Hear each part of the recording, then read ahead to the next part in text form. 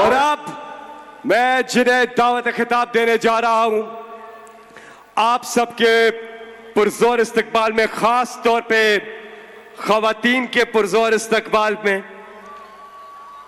ये सीट जहां पे इलेक्शन होना था लेकिन भाग गए भगोड़े, फिर भाग गए कप्तान की मकबूलियत को देखते हुए और जिस तरह से ये कौम इमरान खान के साथ खड़ी है उसको देखते हुए मैदान से भाग गए हैं। लेकिन कभी तो काबू आएंगे दोबारा।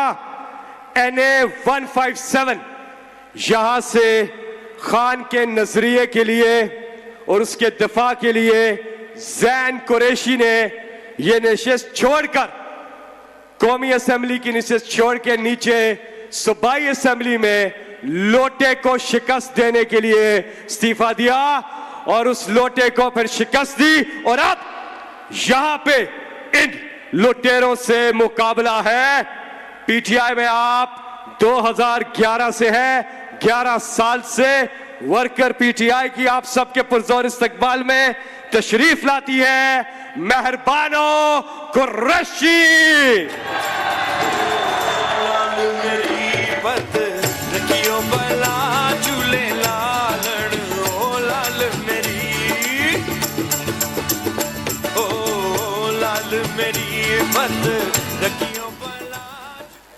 बिस्मिल्लाहिर्रहमानिर्रहीम। अस्सलाम वालेकुम मुल्तान। आज आई